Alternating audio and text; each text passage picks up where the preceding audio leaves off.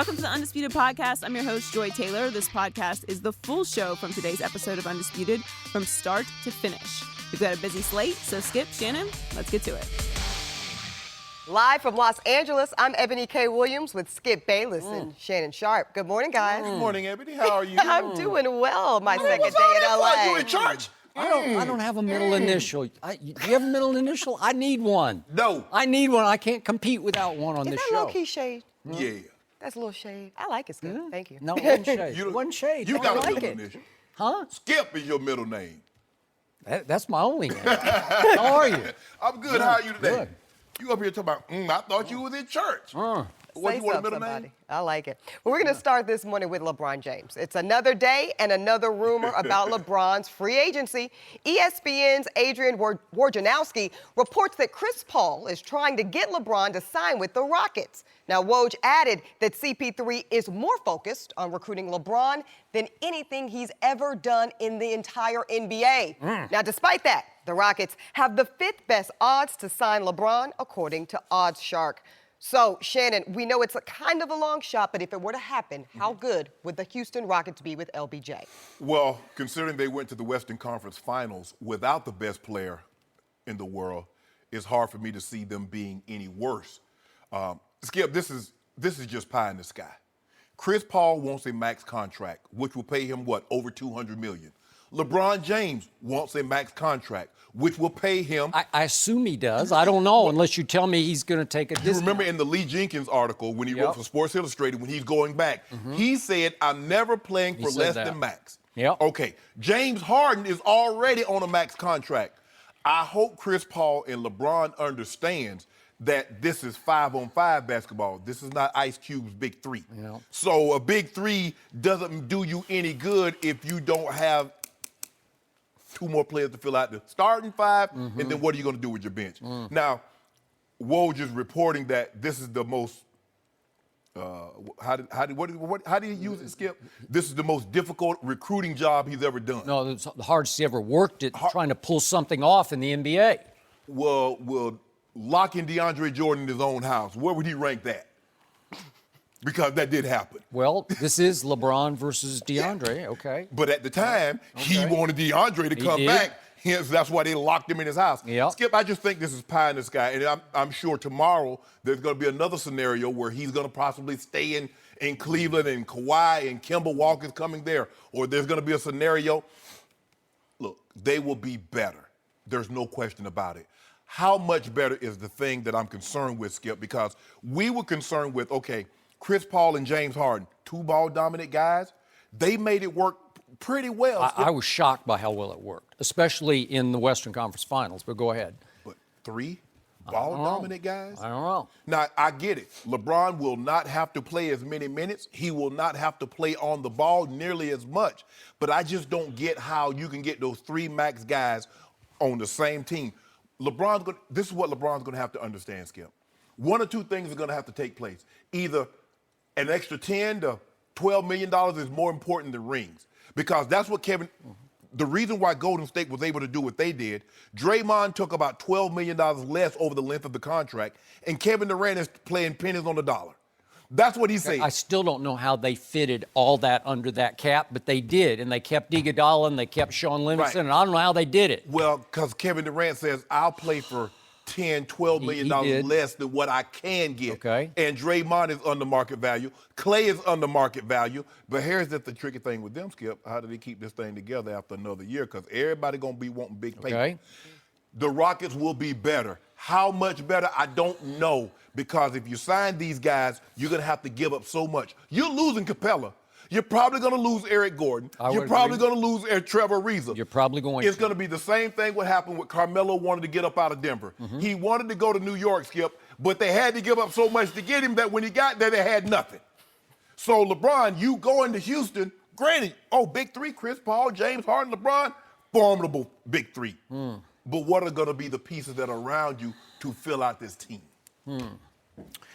So, Ebony, before I answer your question, would you allow me just to step back for a second and make one small comment? What? Absolutely. It continues to astound and amaze me, the national hysteria over the ultimate destination of the quote-unquote best player on the planet who at the end of game one in the recent NBA Finals melted down and threw in the towel before overtime for his team and got swept in the finals. And we're just going day after day after day crazy over the destination of one LeBron James. I just wanted to throw that in just for a little step back perspective. Don't worry about, guess what? Halle Berry still ain't got no problem getting no dates. Okay, She might have did melt down, but guess what? Okay. All the other teams want him. Okay, so they do. You were right. And he would obviously make all these teams a little to a lot better. Yes. Okay, so this boils down to me. If LeBron James is in fact going to leave the Cleveland Cavaliers in his home area, it comes down to Los Angeles or Houston, because in Houston, it offers this destination of obviously Chris Paul and James Harden and LeBron and not much else, right? Correct. I don't know what else is left. They have to keep the Ryan Anderson contract because it's on the books for 2 more years at $20.4 million. Yes. Good I don't know luck how getting rid of that. I don't know how you get rid of it. Maybe Daryl Morey, who can be a magician, maybe he can do a little sleight of hand to get rid of it. I don't know. That contract is equally as bad as the Luol Deng's $37 million that the Lakers are stuck contract. with. Okay, so you've got that going on, and if LeBron goes to Houston, he would be coached by Mike D'Antoni, and I'm going to. I must say, the best defense I ever saw a Mike D'Antoni team play was in the Western Conference Finals against Golden State. Is that because Jeff Bizdelik is his new defensive coordinator this year, you know, that he took him up a level? Right. Maybe. Was it because of the addition of P.J. Tucker? Was it because of Ariza and Eric Gordon and everybody getting so physical? Capella, certainly Capella, who, by the way, was second in the NBA in blocks this year, so he can rim protect. Absolutely. And if you lose that, I'm not sure how you replace that for these guys. You can't. Okay, so we got that going on in Houston versus what would be in L.A. Max out. Again, I already told you what the best idea was. The best way to dethrone Golden State is for LeBron to call Kevin Durant and convince him to leave Golden State as a complete, unrestricted free agent and go to Los Angeles with LeBron. Right. They both have homes. I think they both have multiple homes in Los Angeles area. And they could partner with the Lakers, and it would be adding strength to the Lakers while weakening Golden State, right? Isn't that the best idea of all? Oh, absolutely. You make your strength a weakness of them by taking their best player away. Short of that, because that may be pie in the sky, although would I be shocked if Kevin would do that? I wouldn't be shocked. He has that kind of nature. I'll try that. I'll go try that, right? I did this. I just won back-to-back finals MVPs and rings. Right. When everybody said, why did you leave Russell Westbrook? And he said, Skip, I've proven that I can play anywhere with anybody and do what I do. Okay, and I do think he has a relationship with LeBron that's been like friendly rival, where he beat him and then he would join him. I could see it happening. But let's say short of that, if it winds up, let's do maybe pie in the sky, but let's do Kawhi plus Paul George plus LeBron in Los Angeles playing for Luke Walton. Okay, those two teams we just outlined, the Houston team or the Los Angeles teams. And I'm not even sure what Los Angeles would have left if you add those three, because you'd have to trade big pieces for Kawhi Leonard. Correct. But let's just say it happens. Which team would have a better chance of dethroning the Golden State Warriors? Lakers. No, Houston would. Yes, it would. You really think so? LeBron, Kawhi, and Paul George. Look, Kawhi and Paul George are number 2 or number 3. Favorite or second favorite to come out of the Eastern Conference? Well, to that point, if that's what you're looking to be and do, just stay home. No. Because nobody would blame you, LeBron, for staying in Cleveland. I would blame him. You would not blame I would. him. Why? Because if he can't first of all, there's a lot of blame to go around. Bron bears some culpability in Skip. He wants that. He came back under the assurance that Dan Gilbert was going to always put a team around him that can compete for titles. Okay, so he screwed up with the Kyrie trade, but then did he not right the wrong? He had an opportunity to get Paul George and keep Kyrie if LeBron was willing to commit long term. In a relationship now, I can't be willing to go in for 3-4 years while you like, well, nah, bro, I just want to do month to month. So you're blaming LeBron for that. And he bears some responsibility in Skip. Okay. You don't think he bears some responsibility? I do. I don't blame him for keeping his options open, but I thought when he went home, I'm coming home, I thought it was for good. But here's the thing, Skip. While you keeping your options open, other superstar players want more security than that. They don't want, they come in thinking they get there, then all of a sudden you bounce. That's not a landing spot for a whole lot of NBA superstars. Cleveland, Ohio, I'm sorry. So they want assurances that LeBron's going to be there more than 1 year. Okay, what if he stays, and what if they pull off a trade? You've raised the issue of Kemba Walker as the point guard, right? And we go get Kawhi? No, you're just going to you're going to give the 8th pick straight up for Kemba. Isn't that what No! you're proposing? No? No! Oh, I thought that's what you were saying. Why would I do that? Okay, what if you use the 8th pick and you get Trae Young? I'm not a big fan, but at least you'd have a point guard. He's a rookie, Skip. Okay. How many rookies you know other than Magic Johnson? Not at that position. Exactly. It's too hard. No. Okay. They're gonna give us Kemba for Okay, little nothing. but you did a victory parade dance over there Yeah. when they got that haul at the deadline, because right? that haul was better than what we had. Okay. Well, that haul could get better next year because it's hard to play with LeBron James, and you gave him one playoff run. What if all of a sudden Jordan Clarkson and Rodney Hood and Larry Nance Jr. and George Hill, what if they all rise up and play to the level you thought they would? What did the great Dr. Maya Angelou say? When someone shows you who they are the first time, believe them. Okay, what did you see from Kawhi Leonard. You should take that to your he bank. showed me. Defensive Player of the Year, twice. Okay. Finals MVP, once. Two-time first-team All-NBA, twice. All with Tim Second Duncan. in the MVP voting. Way to go. So he done showed me. I know what he's about. I want him. I want You him. can have him. Interesting stuff, guys. You see how you talking big, Skip? I'm just talking real. Talking real. I got to say, it's interesting. Y'all make good points, but it seems to me LeBron's destiny would be in L.A. I'm just saying. Seems It that would. way. Watch. I We'll want him to see. have Watch you Kawhi. fake I want everybody him to out. have Kawhi. We'll see. Watch And you Paul fake George. everybody out and go and stay home. We'll He gonna end up going somewhere we don't least expect. That could be. The good news is we'll see in short order. But Yeah. now we're going to go to the NFL when we come back. Aaron Rodgers, some are saying he's the better quarterback in the NBA, better than Brady. We're really going to talk about that? We'll discuss it up next on Undisputed. No mercy. Now, Aaron Rodgers has a higher than the reigning MVP quarterback ranking.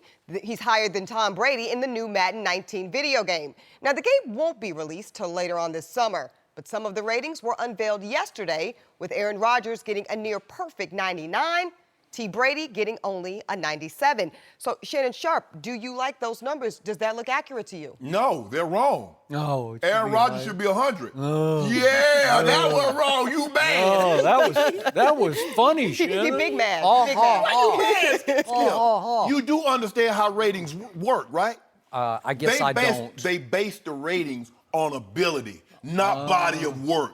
See, clearly you want it based on Tom has won 5 Super Bowls. He's been to 8. Wait, did I say that? Well, I don't think I this is said my anything. argument. I haven't even spoken yet. No. Good, but I'm speaking. So you're going to do my argument before I do my argument? Yeah. Okay. First of all, there's not a throw that Tom Brady can make that Aaron Rodgers cannot make. But there are plenty of throws that Aaron Rodgers can make that Tom Brady can only make in his dreams. Oh. Tom Brady has never had the legs that Aaron Rodgers possessed. So when you factor that in, the way he can throw the ball from any plane, the way he can throw the ball rolling to the left, rolling to his right, equally as accurate as standing flat-footed in the pocket. There is no doubt in my mind they have this right. He's as close to as flawless of a quarterback, a thrower of the football that we've ever seen. He's Dan Marino with Cunningham or Vic's legs. Oh, don't do that. No, I'm just... Don't do that. Skip. You kind of had me No, for a no, while. no, I was no, like, no, okay. no. You got, and then you just First of all, went right over the ledge. No. He has that kind of He running. does not. Skip, I ain't say he elusive. I'm not saying he gonna run 4 or 5, but he's more apt to get you a first down on 3rd and 8 as opposed to somebody else. We know, don't we? Well, he just throws for 3rd and 8. No, That's all he needs to do because the rules allow you to actually throw it when you're the quarterback. And he has a higher completion percentage and a lower interception to touchdown rate than Tom Brady. So again, what are you saying? Why should Tom Brady? Not body of work, not that he's been to 10 or 12 AFC championship games, not that he's been to 8 Super Bowls, not that he's won 5. Look at the fundamentals, how they throw the football, the throws that they can make from different angles, and their ability to run with their legs. And you tell me on what scenario Tom Brady should be rated higher than Aaron Rodgers. You know, bottom line to this question, it's laughable to me. It's offensive to me. It's asinine, 10, 11, and 12. And there's only one number 12 in pro football, and it's worn by that guy up in Foxborough, not by that guy in the green and gold, that wannabe number 12. Don't do that, Skip. Don't do He's that. a wannabe, Don't do and you that. know it, That's and I know it. disrespectful. So let me get this straight. Yeah. You're saying that Aaron Rodgers is rated, you want to say 3 points in Madden higher. Should be 100, right? Isn't 100 a top? No, top? it should be 101. 101, Whatever okay, the perfect 101. score is, I don't that's know. what he I should don't be. play Madden, so I don't know. But all I know for sure is that we're talking about a guy who at age 40 won the regular season National Football League Most Valuable Player. Body of And work. wait a second. It's what have you done for me lately? It's Shannon Sharp telling me you constantly in the National Football League have to update your resume. Yes. This didn't happen in 1999 or 2005. It happened in 2017. Tom Brady won the MVP at age 40, and he proceeded against Jacksonville in the AFC Championship game. Saxonville, the hottest defense in pro football, in the fourth quarter, trailing by 10 points, albeit in Foxborough. What did he do? With 12 stitches at the base of his throwing thumb, what did he do? He threw for 138 yards in the fourth quarter and 2 touchdowns and pulled it out again with another minor miracle. And he went on to the Super Bowl against a top 5 defense that you could have made a case for at that point was maybe the second hottest defense in pro football. And he threw for an all-time playoff record in the Super Bowl, 505 yards, and hung 33 points on that defense, and it wasn't enough because his coach's defense, Bill Belichick's defense, without Malcolm Butler mysteriously, don't even get me started on that. Well, don't. They gave up 41 points, and he lost 41-33. I don't know how you could ask much more from a quarterback against the I can Eagles ask him defense. not to drop a pass and not turn the ball over. That's all. I can ask those two things. How many That's interceptions did he throw against the Eagles? How about 0? Did he turn the ball over? One time he turned the ball. It was a great play by One too Brandon many. Graham. One great play. One too many. So what have you done for me lately, Aaron Rodgers? Let's talk about this. Is who is he since he won his one and only Super Bowl? Aaron Rodgers in the playoffs is 5-6. That's not. He's lost 2 games at home. Has Aaron Rodgers now? Time out. Just since that Super Bowl that Aaron Rodgers won, Tom Brady in the postseason is 13-5. Just since then, he's 11-1 at home. That's not how rating. That's not but how body Madden of work ratings. goes all the way up to last year's Super Bowl, and then we just ask the big picture questions. Who is the better quarterback, Tom Brady or Aaron Rodgers? It's not even close. It's Tom Brady. I'm talking about playing the position. Who plays it better? Nobody has been able to spin the ball. Dan Marino, but So this is just like a beauty pageant eye test? Skip. Is that what we're doing? Skip. Are we just putting up like video of how one pass looks? Name a throw that Tom Brady can make that Aaron Rodgers can't make. Okay, well, obviously, but fourth quarter, money on the line, highest stakes. Who do you want at quarterback? And don't tell me Aaron Rodgers because you're lying if you say it's Aaron Rodgers. You gonna make my argument for me? No. Are you gonna let me speak? Can I speak for myself? Do you want Aaron Rodgers? I want 12 in the green and gold. Oh, do you? The guy who's 5-6 in the playoffs since the Super Bowl? Really, that guy? Who stunk it up in Seattle in the championship game? That guy? I keep telling Who lost 2 home games in the playoffs? You want that guy? Skip is the same guy that wanted Michael Jordan to have a 99 rating when he was with Washington because he wants his body of work. He's living in the past. I would not have said that. You remember when they had the ratings in Kobe Bryant's last year and they said Kobe Bryant is the 90th best player and Kobe was slinging snot and crying all over the place. You tell me he should have been higher than that, Skip? Absolutely not. The fact of the matter is that when they make these ratings, they basing it on skill set. Aaron Donald also has a 99. So does Antonio Brown. But when you look at it, Skip, you look at what they can do. You look at Aaron Donald as far as power, as far as speed, as far as quickness. You look at Antonio Brown, and then you go back to the quarterback position. The way this guy can spin the ball, rolling left, rolling right, change arm angles, run with his legs. Skip is not even close. This is not a knock. See, you keep looking at body of work. Again, you went back since Aaron Rodgers' lone Super Bowl, Tom Brady's 13-5. He threw for 500. No. I just went back to the last Super Bowl. It was just played back in February. He can't spin the ball. 505 yards? No one's ever come close to that in a playoff game. Not in a Super Bowl, in a playoff game.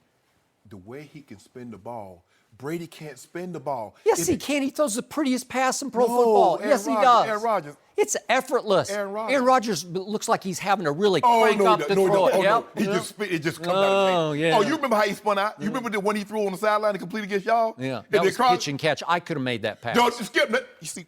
No, I could have thrown that. You want to talk about wide open? Against a prevent defense with five of my DBs back on the 20-yard line? Hey, but did you see that? He went to Jared. Jared Cook was on the sideline. Skip was like, get him! Yeah, you were screaming too hard. I knew you wanted to get He's him. just standing on the sideline. He wasn't standing in the man, Skip. Standing on the sideline. If he hadn't gotten a pedicure, he'd have been out of bounds. He got a pedicure the week before. So his toe was nice and groomed, and Aaron spun out. So who's the better leader between Tom Brady and Aaron Rodgers?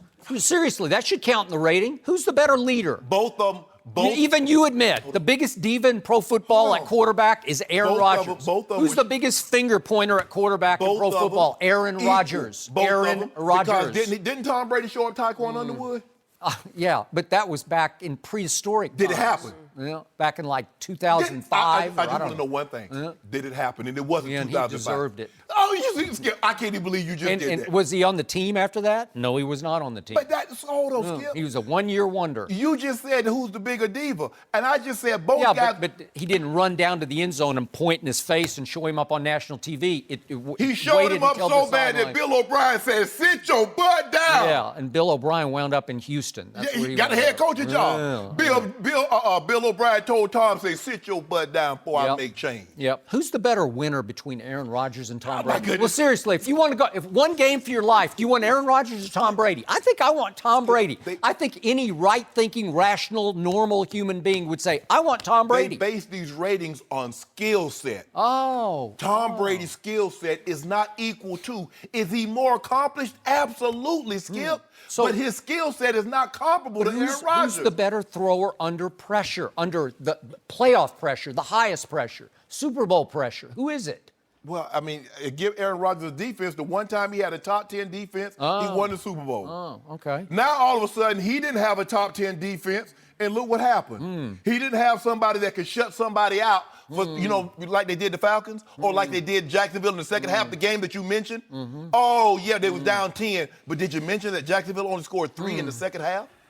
Well, you failed to mention that this is pretty recent history. In that Seattle Super Bowl against the Legion of Boom, when it was still booming, Tom Brady in the fourth quarter was 10 down to the Legion of Boom, and he completed 13 of 15 for 124 yards and 2 touchdowns and pulled it out. You can tell me that there was the big controversy at the end, but who got to go to your restaurant after the game? Oh, yeah. Tom Brady got to, right? And guess he what won. Happened? And I said it at that time, they would never be the same. Okay. And they broke that team up piece by piece, and it was never going to be that again. Skip, I'm not taking I think Tom Brady broke him up. He shredded him. No. Pete Carroll and they Darryl lost Bevel all their did that confidence call. after that. No, Pete Carroll and Darryl Bevel did that. Yeah. They broke him up. And you heard Cliff Hurst say, we lost confidence in Pete. We could no longer stand up there and believe what he was telling us was going to be on the upper. Okay. I'm paraphrasing. But Skip, when they make these ratings, they're basing it on ability. They're not factoring in, okay, this guy got 5 Super Bowls, or this guy's got 10 5,000-yard passing seasons. Yep. No. They're looking at his ability think to about throw the this. football. Without the guy you say is the most dangerous receiver in pro football, Rob Gronkowski, the most uncoverable force in pro football. Without Gronkowski against the Atlanta Falcons, and again, did they have something to do with it offensively? Yes, they did. But Tom Brady took advantage of their offensive ineptitude at that point by throwing in the fourth quarter and overtime for 246 yards. 240, that's outrageous. And what in the fourth quarter in overtime, can you tell the people at home how many points the Falcons offense scored in that time? Well, Because I want to know, did Coach Belichick's defense have anything to do with it? Yeah, it had something to do with it. Okay. Or maybe the play calling had something to do with it. But what had everything to do with it, they kept looking over at number 12 on the other sideline saying, we got to keep doing what we do. And the Eagles kept looking at him, and they kept scoring. And Tom Brady couldn't match him. You see how that works, Skip Bayless? It don't matter what you do. If the other team keeps putting that pressure on you, what the Falcons could not do, the Eagles kept that pressure on them. And every time they would get tighter and tighter. Yeah. He actually did match them because he threw a Hail Mary that should have been complete. No, he shouldn't. Have you seen this lately? I've seen it. And could we see it just quickly, just to see? Wait. Can we see what Tom Brady did? Because do you see the move? We just lost it. We saw it too quickly. What a throw that was to Gronkowski. How did he not catch that? If he's the most dangerous, the biggest uncoverable force. Stop! What a beautiful throw that was to hit him right in the hands. It did not. And by the way, we don't see the first of the play. Do you see Tom Brady with those pocket feet of his elude Brandon Graham, who had knocked the ball out of his hands? We missed it right at the start. But he puts a move on Brandon Graham that left Brandon Graham sprawled on the The man's turf. coming full speed, Yep. Skip. He takes one step. The game should have ended in a sack, and it did not because Tom Brady has ballerina feet in the pocket. He still does. As long as the game ended with the confetti coming down that was green and white instead of blue, instead of red and blue, Yep. the Eagles were happy. I know that's what you wanted. You wanted that so you can come in here and gloat. And then I would have never. I'm still gloating over 505 and 33 points. You know what? How can you beat that? That's Well, you can have some of my special champagne Yeah. in that loser's restaurant. Really? Got you a good table. Good bubbly. well. I hope you put Belichick in the losers. No, restaurant. no. He sabotaged Tom Brady. He tried. Coach Belichick, Tom Brady, he called a great play. He dropped the ball. Can't drop a pass, Skip. Can't drop a Can't pass. drop a pass. Dropped it. And you One can't that's turn the ball thrown over. straight over your head. That's- Shannon Sharp would have dropped that. Whoa. I wish I might have. You wish you I would probably, have. I probably would have caught Brandon just caught it like this and behind my back. Really? Yeah. Oh. I like the degree of difficulty. Yeah. Let me see it one more time, Shannon. Caught it behind my back like this. That looks beautiful. All right, fellas. Yeah, that's what I love. The pass that's over your head. Yeah, you can't run that fast. No. I can still outrun Tom Brady in this suit with these shoes right now. You know what? I'll give you that, and it just doesn't matter. It doesn't matter. No mercy. 44-year-old Terrell Owens, y'all, he must be drinking from the fountain of youth because reportedly he ran a 4.4 yesterday at UCLA. Now, T.O.'s been training with Julio Jones recently and apparently not making the Atlanta Falcons too happy. ESPN Radio reported that, quote, the fact that he's running around with T.O. has the front office uneasy. Now, Shannon Sharp, should the Falcons executives be uneasy about this combination here? No. T.O. not vibranium. T.O. I get it. That's funny. T.O. here, he went to LeBron. What did I say to his face when he was sitting here? If anybody could still play at his age, he could still play. I told you that. We know you laughed. We know he can still run, but can he still take those hits? I don't know. Skip, why would you, first of all, Julio, the only thing that should make the Falcons uneasy, are you going to help him secure the bag? Because if you're not going to give him your money, if you're not going to pay him his money, Skip, you should be feeling uneasy because he's seen Devontae Adams, he's seen Mike Evans, he's seen Sammy Watkins, Jarvis Landry surpass him in average salary. So he's sitting back like, hold on. I just saw you guys give Matt Ryan so much money, you couldn't direct deposit it in one account. You had to direct deposit like 5 accounts, Skip. $30 million annually, $150 million. So Julio said, well, hold on, bro. Because this is how it works, Skip. The NFL and teams, they want to have it both ways. They say, well, if Julio, I overperformed this contract. You know what Dimitroff is telling him? You signed the contract. But there's a guy in Dallas that was in Dallas that's on the street right now, that's on the street for why, Skip? Because he underperformed his contract. So if I overperform it, I signed the contract. If I underperform it, I didn't sign the contract. He does have 3 years left on that, but go ahead. Dad's got 2 years left on his. And Jerry said, nah, I'm good, cuz. This is what should concern you. If you're not going to give him his money, there's going to be a problem. I don't have a problem with him hanging out with T.O.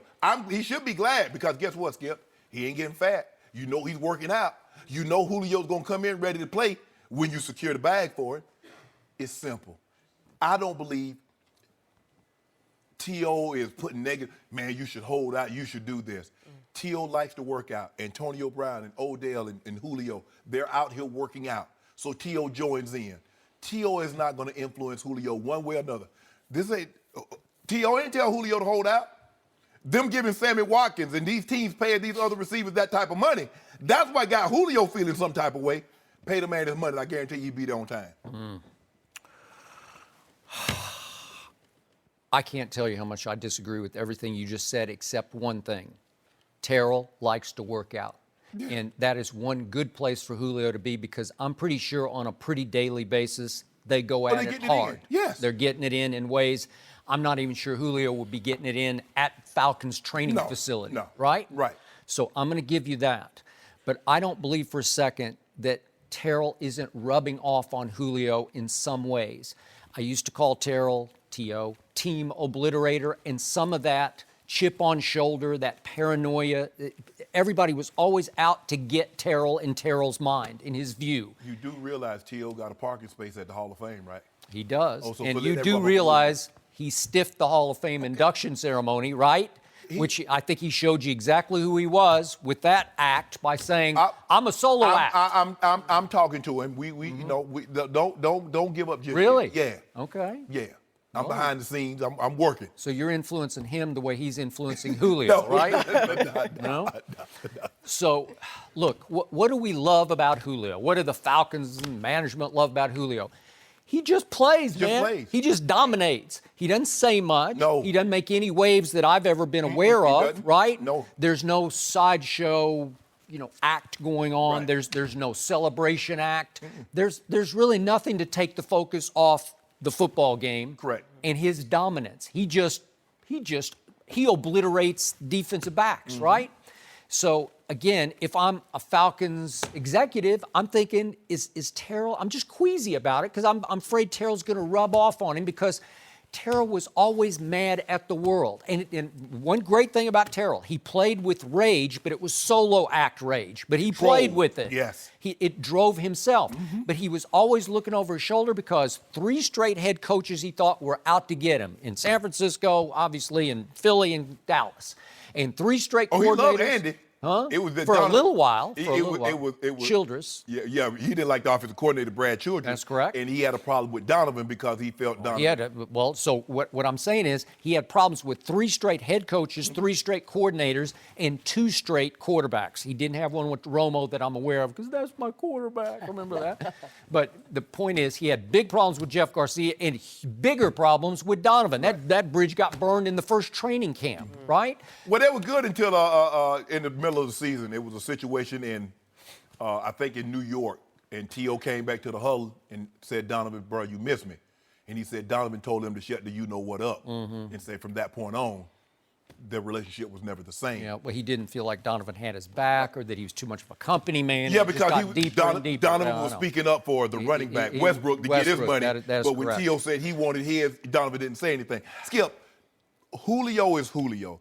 The problem is if Sammy Watkins, if these guys hadn't gotten so much more on an average basis than Julio, I believe Julio would be in there. But Julio's looking at these guys like, Sammy Watkins never been to the Pro Bowl. Devontae Adams had a great season, but he ain't me. Jarvis Landry is good, but he ain't me. Mike Evans is unbelievable. He ain't me. Antonio Brown and I, over the last 4 or 5 years, we're in a class by ourselves. It's a 2-man class. There's a lot of people that can go to this school, but we're in the classroom by ourselves. So you don't think this afternoon at UCLA that Terrell Owens won't pull Julio aside after they're working out and sweating and, hey, bro, he ain't you. He ain't you. He ain't you. You don't think Terrell's telling him that? No, his agent told him that first. Well, Terrell's, he might have, but he's driving it home. But Skip, but here's the thing. You know, and that's the thing that when these quarterbacks, they look at Cousins, Kirk, and they're like, hold on, wait a minute. Aaron, he's not you. Tom, he's not you. Drew, he's not you. Big Ben, he's not you. That's how it works, Skip. The thing is, look, when you get, I was the highest paid for like 6 months. And then somebody's going to come along and going to get more than you. Yep. But I get it from the player's perspective, Skip, is because I only signed the contract when I want more money. When they released me, I didn't sign the contract. Because Julio is saying, if I had underperformed at any point, you guys would have released me with no problem. Now I want a little bit more paper. Now y'all looking at me side-eyed. All right. So I've said it many times about Terrell Owens. Great player, but the most divisive player I ever covered within the team structure, to the point that Bill Walsh told me that they even tried to get psychological help for Terrell, and it just wouldn't connect with him. They couldn't save him from himself. I talked to T.O., and T.O. said, bro, will you do me this favor? He says, I've never gone for psychological evaluation. Now, that's what he told me. Now, Skip, I don't know. I don't know if he went, but they got him some. They tried. They maybe, brought somebody to him. And so I'm just telling you what he relayed to me. He reached out to me. So normally when players reach out to me, I know it's urgent. Yep. I get back to them as soon as I possibly can. So I'm just saying. My reaction to that was, maybe he should have. Maybe he should have gone for some help. No, well, look, the way I look at it is like this, is that all of us are affected by things that have happened in our lives that shape us once we become adults. Obviously, those that don't know, T.O. had a very different upbringing. I got you. And that shaped a lot of who he is. I'm with you. But I do not believe that he's rubbing off on Julio in a negative way. I don't, because I believe he just wants to work out. For him, Skip, to be out there and running around with those guys at 44 and they're barely 30, it makes him feel good. Like, guys, I can still do it. Oh, I got it. No, That's why he posted that. He's always going to be in shape, Skip. Okay, but just as a counterpoint, just for perspective to what you just said about Terrell, you had a difficult upbringing. Yes. Your friend Ray Lewis had a difficult upbringing. You two turned into two of the greatest leaders in the history of the National Football League. So there's a way out of that and a way to grow above that, right? I used to think the very same thing that you thought. But as I started, and I'm like, man, look how I came up, grew up in 1,000 square foot cinder block, 10 people sometimes. I said, but maybe I was a little bit more fortunate. I had a grandmother named Mary Porter. So she taught me certain things, discipline. And I think your grandfather taught you some things. Even though he was a very big influence in my life, and my brother, and I saw the way, I was like, okay, how to treat people. And I don't think T.O., the people that T.O. has a problem with, Skip, and it be it real or imagined, he feels they've wronged him. There is real or imagined going on. Exactly. That is true. And that's the thing. And if he feels that way, it's never going away.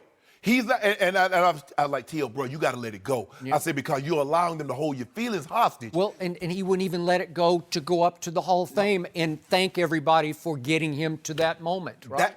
And that's what he should be doing. That's what, instead of being so, my thing is that what I'm trying to explain to him, instead of being so upset or bitter at the people that kept you out for 3 years, how about go there and praise the people that got you there eventually? Yeah, and honor them. And yes, them. yes. I think that'd be fantastic, fellas. Well, y'all brought up Jerry Jones at some point in this T.O. convo. Jerry Jones surprised a lot of people with his comments about none other than Zeke Elliott this weekend. You need to go first on this I'm one, in Skip. trouble. We're going to discuss that next on Undisputed. No mercy.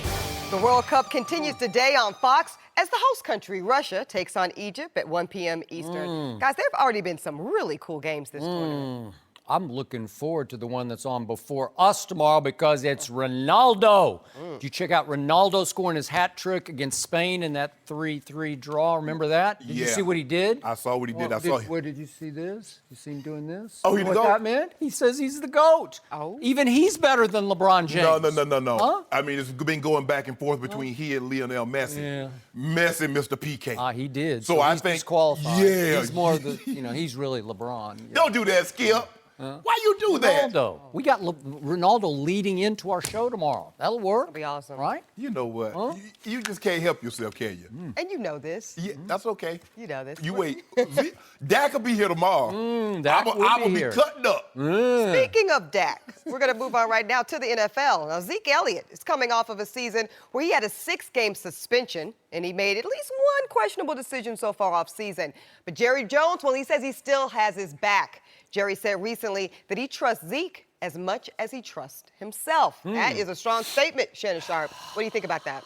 Skip, I don't know what the hell that means. So I'm going to leave that one alone, Skip. I don't get what Jerry's trying to say. Okay, Jerry says he trusts him as much as he trusts himself. But in that same paragraph, Zeke still needs talking to sometimes daily. So let me get this right, Skip. How much would you trust me if you had to call me every morning to make sure I'm here at 4 o'clock call time? You're like, oh, no. Nah, then you know what? I think we might need to go in a different direction. That's the problem, Jerry. The problem with Jerry doesn't seem to understand there's a reason why. For 5 consecutive years, you've had a starter on the defensive side of the football suspended for one reason or another. That is correct. Jerry still doesn't get it. And I hopefully, Skip, we may not ever know until Zeke is done that he's learned his lesson and you can trust him, because this is an ongoing process. Yep. I believe that Jerry Jones and the general manager and the head coach will never, ever be able to do something that I do at night, put my phone on silent. Yep. Because you don't know. And, hey, You knew that when you got him. They did all their background homework. They knew everything about Zeke from Missouri to Ohio State and moving forward. That is so they correct. did their homework. They knew what they were getting with Zeke. I agree. Tremendously, tremendously talented. But hey, you get if you got that kind of talent, you're a little bit good, and you play for the Cowboys, Yep. you're a god. Win a Super Bowl, and you're immortalized forever. I don't know what Jerry means. He trusts him as much as he trusts himself, and then says, but you still need to talk to him sometimes daily. I don't get that, Skip. But I hope, after what Zeke has gone through, we don't have to have these type of conversations about him moving forward. I agree. Now back to Jerry's comment. When I first read it last night, I chuckled painfully because I'm like, ugh. Because there have been many a night when you really wouldn't want to trust Jerry Jones either. Yeah.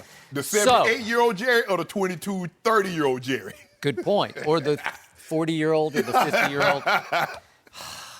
And the more I thought about it, I think Jerry was being painfully honest when he said that, because I think he was really laying it right on the line. I trust him as much as I trust myself, because I'm going to say it one more time. I spent hundreds of hours interviewing Jerry Jones for not one or two, but 3 books that I wrote on the Dallas Cowboys. So I've spent a good deal of time listening to that man.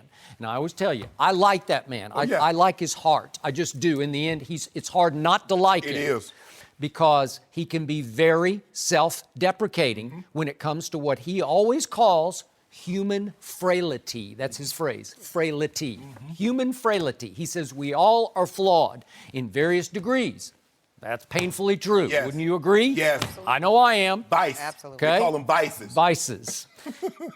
Facts. Jerry would be the first to admit that he's had his human frailties along the trail, because he likes to do what he called from his Arkansas days honky-tonkin'. They like to go bar hopping. Now they have the Cowboy party bus that they'll take out from honky-tonk to honky-tonk.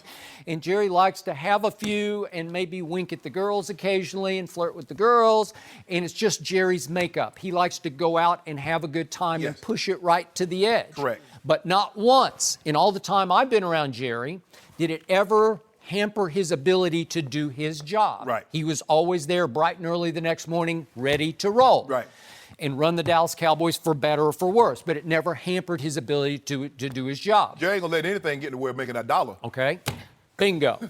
Now to Zeke. Zeke has his human frailties, but they cost him 6 games last year. Maybe rightly or wrongly. We went back and forth all year about that. Obviously, Roger Goodell's director of investigations, Kia Roberts, recommended no suspension for Zeke after she was the only one to interview the accuser, 6 different times. Correct. But given that, he got suspended for 6 games. Given all that, he still has had in his past substance abuse issues. Has he dealt with them? Is he dealing with them? I don't know for sure. So I'm afraid it was just a painfully honest statement from Jerry saying, I trust him as much as I trust me, and I don't always trust me. Right. So what happened recently? Dak and Zeke go on vacation in Key West, and they go in some convenience store and they buy squirt guns in the shape of male body parts. Is it just kids being kids? I think Jerry would look at that and say, when I was 22, I would have done that. Right? Because when Jerry was 22, he was a co-captain on a national championship football team at the University of Arkansas in 1964. That's 22-year-old Jerry Jones. And so he probably looks back at that and says, my God, I was capable of doing a lot of other things. Yeah, but when Jerry was 22, they only had those little plastic with little water pistols like this there. Now they got didn't have super soakers, and they got the water guns actually look like real guns now. And they didn't have Instagram. No. I was going to say, when Jerry's 22, people weren't walking around with little hand cameras, right? You did something, it was word of mouth. Yeah. So now I don't have to take anybody's word of mouth for it, because most of the time, somebody, Skip, somebody always, either you put it up yourself or someone's putting it up once they realize who you are. And sometimes, even now, you don't even have to be a celebrity to make it on social media. You say something whack, people start filming. As soon as someone's voice starts to raise, what does everybody, to get the camera out, okay? He gonna say something, I agree. she gonna say something. I agree. But hopefully, I hope Jerry is right, that Zeke has learned his lesson and he's gonna walk the straight and narrow, because he has so much talent. And we've seen this, Skip. Guys are so gifted and they mess it up by doing foolishness. I hope this doesn't befall Zeke because he has Hall of Fame potential. He does. He's on that arc already. Yes. Yep. You can see it. Well, so in the end, do I trust Ezekiel Elliott? No. I don't. You don't. I just don't, because history tells me I can't. Right. So I kind of go to bed every night with my cell phone on vibrate, just in case, like I'm going to hear something, right? Yeah. So I think Jerry's just telling you, bottom line, I kind of trust me, but I kind of trust Zeke. You know, At some point in time, you just got to grow up. I mean, I get it. You're 22, but you're not a normal 22-year-old. Right. You're a professional athlete. So the rules that normally apply for a 22-year-old, they're not applicable to you. Yeah. You're on a different set of rules. I know this is easy to say for me and certainly for you as we sit in these chairs, but you've been through it. If these two kids, and they're still kids, Dak and Zeke, could fathom, could get deep into their psyches just how much they have right before them, how great it could be, how it could set them up for life. Yeah. If they could just walk the straight and narrow for the next 10 years. Yeah. Right? Yeah. No question. Then after that, you can do whatever you want to do. But you know, the skill. I know. In Dallas, it doesn't matter. Nope. You can have all the flaws and warts you want. If you win, and my good friend Mike Irvin, he has some flaws, My good friend. but he's loved in Dallas. Yep, he won. is.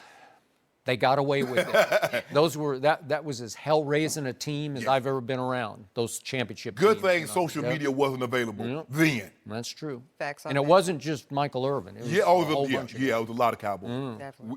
We talking about the White House, not the one at 1600 Pennsylvania correct. Avenue. Oh, that other White House. Yeah, It's very interesting, though, and this is good stuff, guys. And what's really cool is that Dak's going to be here tomorrow on the show, so we can debate it more. Really cool. I'm gonna be Very nice. cool. And somebody else is not going to be on the show. Shannon's taking tomorrow off. I get an early birthday. Yeah, you're off tomorrow. Okay.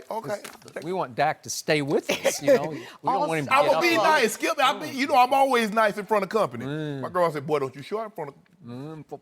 Yep. All right, y'all. Next up, Rob Parker's going to join us, and we're going to discuss with him, the all-important question everybody's talking about. Where is LeBron James taking his talent? Next, we'll discuss it with Rob Parker on Undisputed. Rob Hayden Parker. No mercy. Now, Cleveland.com reports that the Cavs have been in talks with LeBron's camp, but have not had a meeting with LeBron himself, or even had any, quote, real dialogue with him.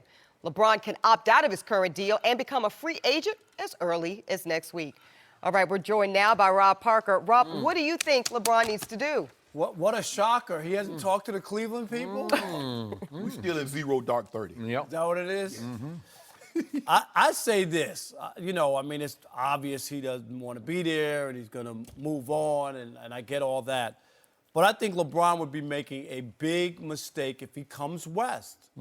I just think that it doesn't make sense. And when you line up what he'd have to go through, everybody's automatically, his kid's going to school in L.A., they got 2 houses in L.A., so L.A.'s the spot. L.A.'s not the spot unless you're bringing a different team with you. So unless there's some grand plan and 2 other guys are coming, L.A.'s not the spot, not with what they have. Then you talk about Houston.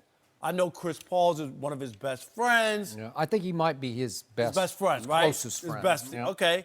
And he's trying to convince him and all this other stuff to come to Houston. Problem with Houston is 2 things. A, that horrible playoff James Harden shows up in the playoffs every year, and Chris Paul normally gets hurt in the playoffs every year.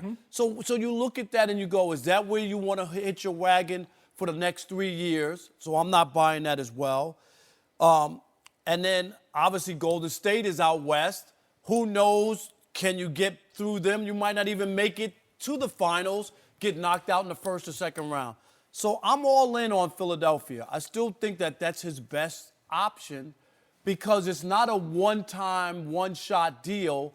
You got 2 young stars who can grow, and maybe LeBron wins them the first one, and they help them down the road win another one. You know what I mean? As they mature and as they get better, and Embiid and Simmons. So I just like that. If LeBron is really serious, and then you have Boston still there, that's the one team you got to get through, not 4 or 5 teams out west. So if I'm LeBron, I take a serious look at Philadelphia, and it might not be as glitzy, and also you're trying to be the GOAT and have people look at you differently, go to Philadelphia where they haven't won in 30 years and be the difference maker and deliver a championship to a third different franchise and one that was downtrodden, that has some young stars but isn't ready to win yet without them. Time out. Are you sure you're not in Philadelphia setting yourself up to be 3-7 and 3-8 in the NBA Finals? Well, you could be, but at least you would have a shot at going. I'm just saying, you come out west, I'm not convinced that LeBron gets to the finals out west, and you might get knocked off before that. So then you can look at it and say, okay, you come to L.A. where the Lakers have a tradition of winning. Not lately, but they have a tradition of winning. And now all of a sudden, getting to the playoffs and getting knocked out in the first or second round, nobody in L.A. is going to think that that's cool or is that great. Go ahead. You want me to go? Yeah. So there's only one idea here that works for me. There's only one way LeBron is going to win another ring, and that's to call Kevin Durant and convince him to join LeBron in Los Angeles. And there's only one place that suits my eye test for LeBron, and it's with the Lakers. I do think he was born to finish with the Lakers, like maybe not to be a Laker, but to finish with the Lakers. Doesn't it fit your eye that he would be in purple and gold on the Showtime stage? But you're saying, I'm saying, I hear you because you're asking him, you're bringing the second best player that's in the only game. way. That's I don't like any other scenario except that one. Okay, that's but what if I'm you call saying. Kevin, who, by the way, is an unrestricted free agent as we speak, and you say, come with me to L.A. and let's do something special. Kevin just did two special things. He just won back-to-back finals MVPs and 2 rings. Kevin Durant would be the ultimate Benedict Arnold if he made that move. All right, but you said he was Benedict Arnold when he left Russell He Westbrook. is. He'd be Benedict Arnold twice. So Benedict Arnold's still Benedict Arnold. He doesn't get to change. And he might have 3 or 4 rings that you couldn't argue with. Right. You still have to sit back and say, he did that. Because I was with you. I didn't blame him for leaving Russell Westbrook because Russell's hard to play with. And I think Kevin finally decided, I just can't win a championship even though we were up 3-1 on Golden State. And they I can't also win. went to a title, to a They championship did. once. So No. you can't say that No, that's true. they They didn't did. have any success together. Okay, but I do love that scenario beyond anything else that LA could present. I just don't love the Kawhi, Paul George wingmen scenario. I just don't love it. I don't think LeBron could dethrone Kevin Durant and Golden State. And I don't think San Antonio, anyway, Skip, would be willing to help Kawhi get what he wants and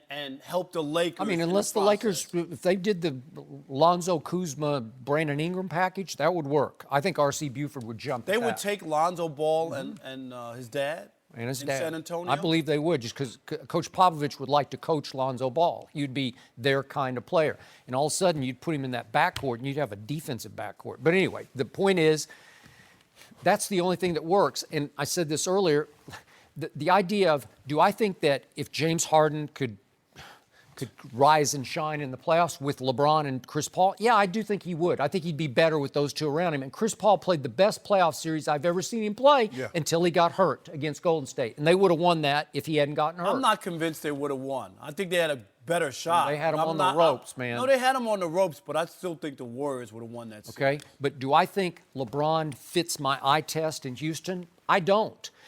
Do I think he wants to go live there, to drag his family? Nothing against the city of Houston, but it's just not LeBron's kind of place. It's not his city. It's not where he belongs. But he's got 2 houses in the Brentwood section, the exclusive section, not too far from us here on the west side of Los Angeles. He would love it here. He has Hollywood roots already growing here. So why wouldn't it make sense to be here? I get you in Philly. That would work. If you want to stay east, you should join that, because those are 2 young nuclear weapons that are coming. I got that. I just believe that LeBron needs to tell the Cavs what he's going to do ASAP. The draft, Skip, is on, Thursday? So with that being said, the Cavs need to have a direction. Do we move this pick and try to acquire someone for LeBron? Just to say stay or go? Right, exactly. So it would give them some peace of mind what he's thinking. But look, he doesn't have to give them his decision until the 29th. But I'm pretty sure you know you're going to opt out of the contract. You're not opting in. So you're going to opt out. Right, you're going to opt out. So let them know. LeBron needs to understand. He needs to show a level of commitment to teams that he wants to show them. Skip, he's cost himself some all-star teammates, and maybe a championship caliber team because of his unwillingness to commit to the Cavaliers long term. Bravo. Guys do not want to come. If they're coming to Cleveland, they're coming to play with LeBron. That's why nobody wants to go. They're not going to hold on. Wait, do I hear Shannon Sharp criticizing Yes. LeBron James? Bravo. Bravo. I will praise when praise is warranted, but I'll also criticize when criticism is warranted. This is a first But for me. it's not the first. LeBron bears some. fainted. LeBron bears some culpability, Skip. Okay. Because guys are saying, if I'm gonna go to Cleveland, I'm not going for any other reason. Not the Indians, not the Browns, not to be on Lake Erie. Skip, I don't know if that. Who's that? Lake Erie? It comes off the, yeah.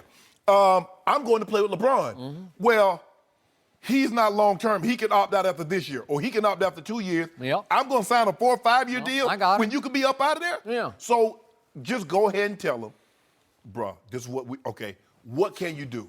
Can you trade that pick and get somebody that a superstar that will come alongside me? Skip, all things being equal, I believe LeBron would rather stay in Cleveland. But I do not believe he thinks at this juncture Dan Gilbert can put the necessary pieces around him. He's taken that team, that group, as far as he can take them. I always think that to me was always one of the negatives about LeBron's career, is that he couldn't get other people to want to play with him, regardless to where it is. It's about winning. Cleveland is just, you don't have to commit to the city. You live there during the basketball season. Do you know what I mean? There's a lot of cities around. People lived in Buffalo football-wise, right? And went to 4 straight Super Bowls. You just, if you have a winning situation there. Yeah, but here's the thing. They never committed to him. But the piece that, okay, I want to come, is that he's only on 1 year deal. He's on a 2-year deal. No, These guys don't have the luxury that LeBron. See, LeBron is making $50+ million off the court. So LeBron can play for, 10, 15 million. But also this, Skip. LeBron needs to ask himself this one simple question. What's more important to you? An extra $10 to $12 million in annual salary, or a chance to put a team together where you take less money and win a ring? Because that's what Kevin Durant did. But he never wants to give up money. He wants the max. He wants every nickel. Well, you look at the guys that have done it.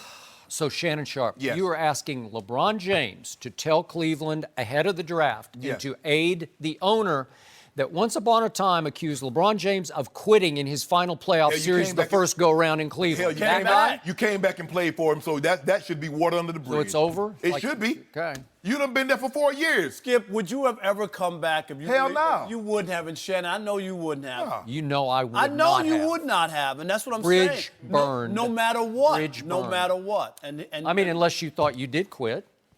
No. it was probably more about just that it was his hometown, and he never wanted to be the villain the rest of his life, where he could never show up there again. I think that's what it is. Yeah, just go ahead and let them know. So that they'll have it, well, do we need to stay pat and select the player, and this is going to be our future moving forward, or do we try and package this along with someone else and maybe we can get something? What did Green Bay finally do with Brett Favre? Remember they just said, okay, dude, we can't do this anymore. You know what I mean? And cut bait. Yeah, it's a lot easier when you got Aaron Rodgers. No, I know. And he's been waiting for 3 years, Yeah. not Am I 2, right? 3. I know. And they finally just said, we can't do this. It would every probably year. be a lot easier if they had Kyrie, where they can say, okay, you do what you got to do. Although you always tell me they had Kyrie early and it didn't do any good. Well, Kyrie, he was a different player. And if you had Kyrie now, you could like, okay, we're gonna build a different type of team around what Kyrie does really well. Because Kyrie and LeBron are 2 different players. LeBron's a superstar, Kyrie's a superstar in his own right. Yep. But they do different things really, really well. So Dan Gilbert says, this is how I'm gonna build the team now. I'm going to build it around Kyrie. Sure. But he doesn't have that play. What, you going to build it around Kevin Love? You going to build it around George Hill? Yeah. JR? Tristan. So he's in a bind right now. I just wish LeBron would just go ahead and say, bro, you know I'm opting out. If you can trade that and can entice me to stay, sure. I'm all open. Because it is what it is, so you might as well just say what it is. This is what it is. Exactly. We all know. The likelihood of you opting in is not very good. Dismal, I would say, probably. Yes. So the next question is, should Aaron Rodgers actually be ranked higher than what's some call the GOAT, Tom Brady? We'll discuss it next. Everybody calls it. No, ain't nobody No, I don't. I don't call him the load. He's the load. No mercy. Aaron Rodgers, well, he's got a higher rating than Tom Brady in the new Madden 19 video game. The game itself won't be released until later this summer, but some of the ratings were announced yesterday, with Rodgers getting a near-perfect score at 99, Brady, well, only 97, despite winning the MVP award just last season. Now, we're joined again by Rob Parker. Rob, what you think about that? Boy, they finally got it right. Shock me. Well, I'm not going to shock you. And you know why Brady probably got a few points less? What happened? Because of his witch doctor, Alex Guerrero. You know Yeah, okay. So they took a couple points away. It was a good try, but it didn't work. I tried. You know? But I'm not shocked. We talk about this all the time. Brady might be the most accomplished quarterback, but he ain't the best quarterback, Skip. He's not. Not skill set, Shannon. You say it all the time. And you played in the game. You've been around football for a long time. You've never seen, just like I agree with you, never seen anybody throw the football better. He has all the intangibles. He has mobility, strong arm, accuracy, touch. We saw him beat Dallas. Remember that throw? How many guys could make that throw? I could make that throw. You couldn't I make could. that throw. I could make it. The sideline? Jared Cook's standing wide open No. against a prevent defense. I got 5 DBs back on the 20-yard line. He's like, here, I'm open. But Drew Brees said only Aaron Rodgers could make that. Yeah. That's what Drew said. Now, I'm going to take it. I'm going to take Drew as it was. He you know says what? whatever's politically correct. Now, don't do that, Skip. And Aaron Okay. Rodgers, and Tom Brady, let's face it. Aaron Rodgers could also catch if they threw him a pass. That's the other part. So now we're going to dock Tom Brady for not catching a pass thrown straight over his It head wasn't over that he has his to head. dive for. It was Yeah, stop it, Skip Bayless. He'd have to die for It that. was catchable, Skip. He just was not athletic enough to make the catch. But you know this, Tom Brady, we saw it. He had the 500 yards in the Super Bowl. Oh, just dismiss that. But Sweep when that it right under mattered your rug. most, Oh. he lost the football in the big Really? spot. Oh. It was a turnover that cost them the Super Bowl. Did he throw interceptions in the Super Bowl? I think he threw none. But did he lose the football to Philly? He got it knocked So out I'm of his just gonna hands say- trying to do too much while his defense was giving up 41 points with its best defensive back standing mysteriously on the sideline because the head coach appeared to be sabotaging the quarterback. Stop saying that. Well, He that's what it didn't sure sabotage looked that. like to me. You don't think Belichick wanted to win another Super Bowl? I don't know. I think he didn't want the quarterback he got stuck with last year to win a 6th Super Bowl. For once, the video game gets it right. This score, it should have been a perfect score, but I'll take the You, 99. you both know that you're wrong about this. And this question is so laughable to me that it becomes offensive because the great Shannon Sharp, the Hall of Famer, always tells me that in this league you need to update your resume, correct? I do. What have you done for me lately, Aaron Rodgers? He I was don't know. hurt last You're year. both living in the past with Aaron Rodgers. You're trying to remember the guy who won that one and only Super Bowl eons ago. No. Since then, Aaron Rodgers is 5-6 in the postseason, and in that time, just over that span of time, Tom Brady's 13-5 in the postseason, and he's 11-1 at home, while Aaron Rodgers has lost 2 home playoff games since he won the Super Bowl. That's not great quarterback play. Who do you want with the ball in his hands in the fourth quarter of big games? You want Tom Brady. I'll give you, just on eye test, if we want to do the beauty pageant throw, if that's how you want to do the video game, just take the video of him, one guy throwing a football and the other guy throwing a football. I'll give you Aaron Rodgers slightly over Tom Brady. Oh, okay. At But least Tom he's Brady, coming Tom Brady around. throws the prettiest football I've ever seen. He also throws the most consistently accurate and catchable football I have ever seen. And all Ask Wes Welker. He doesn't throw an accurate ball all the time. Okay, so that was one bad pass that he threw in one game. I will give you that. And yet, against Seattle in the fourth quarter, against the Legion of Boom, he threw for 124 yards and 2 touchdowns. Against the Atlanta Falcons in the fourth quarter and overtime, where they're hopelessly behind, he threw for 246 yards just in the fourth quarter and overtime alone. You want to talk about clutch guts? Let's talk about Tom Brady. Time and time again, he's brought his team from behind. How about just last year's AFC Championship game? They're down 10 early in the fourth quarter, and he throws for 138 yards just in the fourth quarter against Saxonville. Are you kidding me? Tom Brady, at age 40 last year, won the regular season MVP. By and I don't know. default. By default. Oh, by default. And Aaron Rodgers, he's always hurt. There's always something wrong. There's some excuse. He's always pointing fingers at his receivers. He's the biggest blame deflector at the quarterback position in pro football. You know this, and I know this. Well, maybe The Aaron better, needs to go see Guerrero. yeah, the better leader is Tom Brady. The better winner is Tom Brady. The more accomplished quarterback, as in performing consistently over the past 5 or 6 years, is Tom Brady. He threw for a record 505 playoff yards in the Super Bowl. Is it about yards or is it about points? But He who left can do points that? on the field. Nobody Wait, can. wait, about points? He left points on the field. Rob. He scored 33 points on a top 5 defense. Nobody can pad the stat sheet like Tom Brady. Oh, Can't nobody throw for wait a minute. 500 yards and 3 TDs like old Tom. yeah, but Except wait a for maybe second. Matthew Stafford. Oh, yeah. Wait, he's got rings and LeBron's still chasing rings. Is that what we're so talking LeBron about? ain't got no rings. Huh?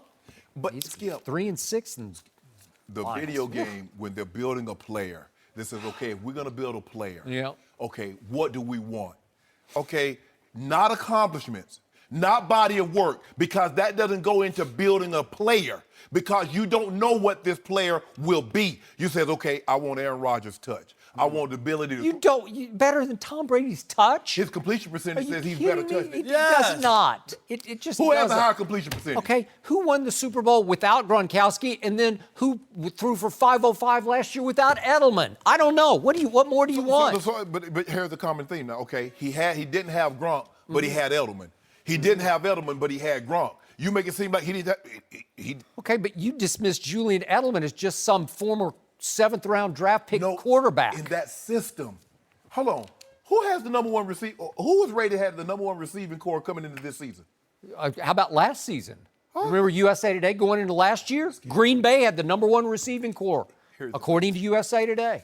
What the Patriots have. See, you look at receivers. If they're not Julio, if they're not Antonio Brown or Odell Beckham, you don't think they're any good. But for what they do in New England, they're perfect. He makes them great. He does. What, dinks and dunks? They hit you right there, and they're catchable. And he doesn't point fingers at you if you Yes, he drop does. one or run Yes, the he does. wrong Skip, route. I and want, show you I up. want you to Google this and find out who has the greatest quarterback rating of any quarterback who's played in the NFL in their history. We You know who already it know is? this. It's Aaron Rodgers. Oh, wow. Period. 41 touchdown to interception ratio. So Right. the guy who's 5 and 6 in the playoffs. Is since it the all Super his Bowl? fault, or has he had a bad defense? I don't know. What did he blame this year for Tom Brady not winning the defense? He just did it. Yeah. Aaron Rodgers, go look at every defense he's had and why he's lost in the playoffs. Gave it's up 50. because the defense. Remember that game? He had 423 yards, 4 Against touchdowns Arizona? But they gave up 51. Exactly. Oh, and you said, I remember Skip Bayless said, I wasn't on the show, but Skip Bayless said, if you're that guy, you got to win that game. Yep, that's true. Well, if Tom And Brady's that guy guy, keeps 51. winning. if that guy, if He's you're only that won guy, 5 of them. if you're that guy, you got to beat the backup quarterback.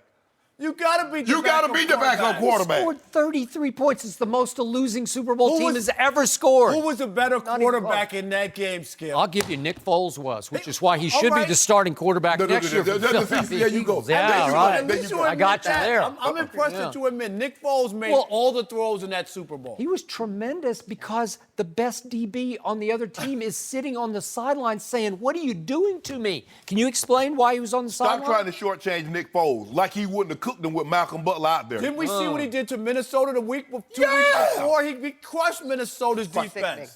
Crushed them, kicked them. Trust me, you should Google this. Which quarterback do you want with the game on the line, the Super Bowl on the line? Which 12 quarterback in do you green want? and gold. No, you do not. You know it, and I know it. You want it in Tom Brady's hands because magic is going to happen. But it always has, and it always if you will. get open, Tom, if you get open, both guys will hit you. But what happens if nobody can get open? Aaron Rodgers going to take off and get me a first down. Tom going to try to pump and fake. Like, hey, you're not But going when nowhere. I type that in Google, it says, but do you want the quarterback to also have the defensive signals to go along with it? You Google that, that's what comes up. That's what pops up? Okay. Oh, yeah, Skip. Well, I Googled Aaron Rodgers last year, and he didn't play very much. I don't know what He happened. got hurt. Oh, he got hurt. What about- Oh. Did you Google the one with the air pump? That's right. You see that one? No, I didn't see Oh, that. okay. Aaron, they got it right, Skip. You know they got it You right. know they got it please. right. Tom Brady, Skip, body of work, we're not questioning resumes, but that's not how you build What a have player. you done for me lately, Aaron? Not What much. happened the last time he Not broke much. his collarbone the next season, Shannon? What happened the next year? He won the MVP. He came So back you predicting and that? destroyed the league. Absolutely. He's He's gonna got a win bone to MVP next pick. year? Yes. Absolutely. He have better numbers. He'll be better than Would you Tom. like to bet me a dinner on that right now? Okay, we Mr. got C. it. Thank you. We're back in Mr. C. business again. Here You I heard go what I again. said? He gonna have better numbers than Brady. I like Tom Brady to win MVP again next year, but I'm not going to bet on that. Is that part of the because you bet? got me. Oh, Nope, okay. nope. No. You got Aaron Rodgers. I got nobody. I got the field. All right. All right. Report back to me, Rob. So let me know how the bet goes. You know I'm going to win. All right, we're going to see. Rob, listen, thanks for joining us for this fascinating conversation today. Up next, my quarterback, Cam Newton. They say a leopard can't change his spots, but can Cam Newton change his playing style? We'll debate it next on Undisputed. No mercy.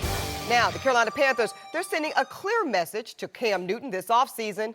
You don't always have to go for the big play. Now, the Panthers say that Cam needs to know that checking down is okay because a lot of his injuries and turnovers have happened because Cam thinks he can make virtually any play work. Cam's numbers have been down the last 2 seasons since that stunning MVP season back in 2015. We're now joined by NFL analyst Mark Schlereth. Mark, do you think that Cam can change the way he plays?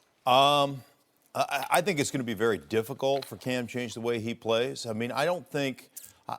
I think a couple of things. The things that set Cam Newton apart, the things that make him great, are his physical attributes. And the way they have designed offense in Carolina is to take advantage of those physical attributes. You would. I don't think it's a sustainable form, but he is, 6'6", 250. I mean, that guy is Superman. He's a freak of nature. He's got unbelievable arm talent.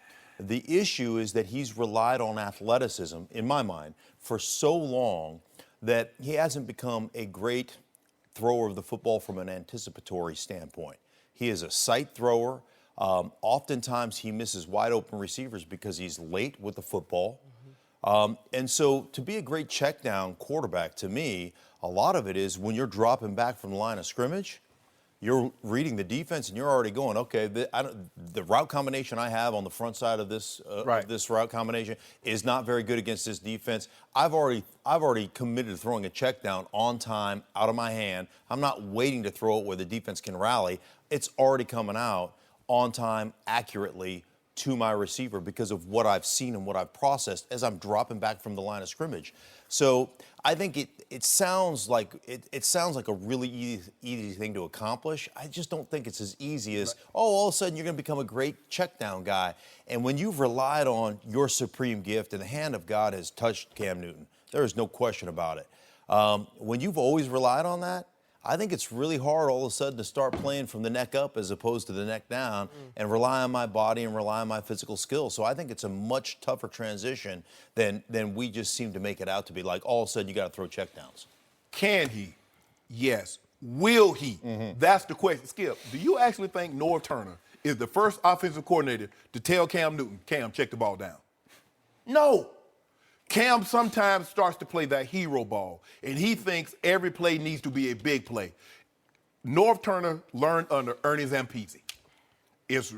Most offenses are rhythmic. It's 1, 2, 3. 3's not there. Go to 2. Check it down. 1, 2, 3, 4, 5. 1, 2. Check it down. As Stink says, when you're backpedaling, you already know. Well, my 1 is gone. So I'm already going to 2. So I don't even have to worry about 1 because the coverage is already dictated. 1's going to be taken away. Now I go 2 to check down. I thought that's what they got Christian McCaffrey for. That's what they surrounded him with some of these receivers, Skip. They were going to let them do some of the heavy lifting instead of Cam doing all the heavy lifting. You look at it. Tom Brady has no problem checking the ball down. Look at his backs. Look at Edelman. Look at Amendola. Look what they did. Drew Brees has no problem checking the ball down. Rodgers will check the ball down. Cam needs to understand, yes, we can throw the ball. And the reason why he missed a lot of time high and wide, he's always throwing off his back foot. If you look at Cam, very rarely does he step and throw. When he steps and throws the ball, he is arm talented as good as anybody. Absolutely. But most of the time it's like this, it's back foot. And so the ball's going to sail on you high or wide. Skip, can he do it? Sure he can. Will he? As Stink said, Cam has gotten away with being so much more physically gifted at the quarterback position because if you look at him out of his clothes, he looks like a D lineman. He looks like a tight end. I agree. No quarterback has ever been built like this young man is built. He is put together, and he can throw the ball, and he can run 4.5 at 6'6", 250. But that's the thing. And Norv coached quarterbacks hard. I don't know if Cam has been coached hard. Norv is old school, Skip. You know he was in Dallas. I know him very, very well from my days in Dallas. Yeah.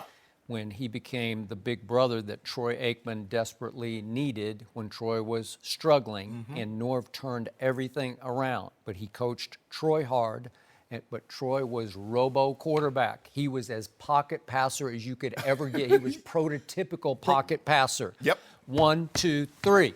Planets have to be aligned, and if they are, he will shred you. Yes. So that was when Norv had his most success. He also had brief success with Phil Rivers, who was mostly a pocket passer that one year that they got to the AFC Championship game up in Foxborough when he was San Diego head coach. Other than that, Norv hasn't done very much. He did coach Doug Flutie as his starting quarterback for 1 year as the OC in San Diego, so maybe he had a little bit of a running quarterback there. They were terrible, 5-11, and Doug Flutie was 15 touchdowns to 18 interceptions, so I'm not sure that worked. Right. I just don't think Cam is going to be Norv's cup of tea or vice versa. And I remind you, what really disturbs me for Cam's sake is that Norv has his son Scott as the quarterback coach. And Scott was nothing more than a high school quarterback who, through his connections with his father, became a quarterback coach in the National Football League. So Cam, if he has issues with Norv, who can be really tough to I know him well. If he has issues with the coordinator, he can't go to the quarterback coach and say, hey, buffer me here. You know, be my sounding board here, because it's father and son against Cam. Well, a good coordinator, a good quarterback coach will understand he will need to be that sounding board. He needs to be able to absorb that and keep that between whatever happens. I don't know. He's going to have to. Real quick, who did they draft in the first round? The player I wanted my Cowboys to take with the 19th overall pick, DJ Moore out of Maryland. He was the best receiver in the draft. Right. He's going to change life for Cam Newton next year because he can get behind people. Right. And they took him at 24. Dallas got him at 19. Don't get me started. But the point is that you have a deep threat for the first time in a while. You know, you had Kelvin Benjamin for a while last year, but really, that's it. Now you've got a legitimate deep threat. What does Cam do worst? His short pass touch. He's not an accurate short passer. Of all the quarterbacks who started all 16 games last year from 1 to 10 yards, he had the worst passer rating. So he's throwing some short passes to Christian McCaffrey, who caught 80 balls and led the team last year. But still, his best pass is the downfield pass. Right. And now that's going to open back up for him. His best check down pass to me is to take off. I mean, that's who he had a career high 754 rush yards last year, and he played all 16 games. That's just who. You don't think that threatens a defense more than a check down pass? And that is truly his beauty. A couple of things. How do you change when you've been an MVP, you've been a multiple Pro Bowler, and you've made $100 million? Like, all of a sudden, do you have the humility to say, yeah, I need to be better and I need to fix my game? That's going to be a hard thing. Egos, you know, and we all have them in this business, in any business. That's tough. The other thing about mechanically speaking, when you're late with the football, it's like being a pitcher. When your body rushes ahead of your arm, what happens to you? You pull your head, your arm gets long, and now you miss outside, high and outside. And when you're late with the football, you have to hurry your mechanics. So instead of stepping into it, you yank. And when you see him yank, arm gets long, he misses. It's just like being a pitcher. And that's been the biggest issue with Cam on the short passing game. Now, Mark, you bring up a point earlier about what's his incentive to change, basically. He's making $100 million, winning MVP, going to Super Bowls. Why change? Right. I grew up in Charlotte. I was 12 years old when the Carolina Panthers expanded into the NFL. Nobody is rooting for Cam Newton in this world more than me. Seriously. But he's got to think about how long he wants to play at the NFL level. Sure. At some point, that has to come into his psyche, right? And I think at some point, I love the Superman plays. I love the dives in the end zone. I love the backflips. I mean, it's awesome to watch. But at some point, there has to be a consideration around the cost, the long-term cost of that kind of big play on everything. And here's what I would tell you. When your default mechanism throughout your whole life, Michael Vick, Cordell Stewart, when your default mechanism is the neck down, meaning I can always rely on my athleticism, when you're in a pressure situation, I don't know that I've ever seen anybody in 12 years of playing and 18 years of covering the game that all of a sudden changes their default mechanism. Yep. You've always been able to rely on it, and that's my fear But he for a always guy like won't Cam. be able to. No, I know, and he's that's gotta what learn ends that up lesson. knocking you out of the league, right? It's awesome. Thank you, Mark, Yeah, so much absolutely. for joining for this convo. Listen, when we come back, Baker Mayfield. Now, we know he's going to start in Cleveland, but will he be starting on the bench? No mercy. Cleveland.com is reporting Baker Mayfield did not look ready to compete with Tyrod Taylor for the starting QB job during OTAs and minicamp. Shannon Sharp, what does this tell you? Tells me that he's a rookie, and that's okay. Baker Mayfield is their future. No one's going to think less of Baker Mayfield, Skip, if he doesn't open day one starting. That's why they got Tyrod Taylor. They didn't know they were going to take Baker Mayfield. No. They got Tyrod, and Hugh said, I anticipate Tyrod starting. But if Baker outperforms him in OTAs, training camp, the preseason, I got no problem starting Baker Mayfield. But he's a rookie. Tyrod Taylor has taken a team to the playoffs. He has gone to the Pro Bowl. I like him. I respect him. Yes, he's a good But quarterback. I remind you, Baker Mayfield walked on at Texas Tech and won that job outright right away. Right. And he walked on at Oklahoma and he won the Heisman Trophy. So he's going to be used to walking in and taking over the football Yes. team, unless John Dorsey, the new GM, is going to save Baker until he picks the coach that he wants to run the football team, because Hugh Jackson's not his guy, right? No, I don't think he's going to. If Baker's ready to play, Hugh has an obligation to the team to play him. Yep. You have an obligation to play your best 22 at all times. And if Baker's better than Tyrod, he should play. No mercy. Thanks for listening to the Undisputed Podcast. I'm Joy Taylor. We're back again tomorrow morning at 9:30 Eastern. We'll see you.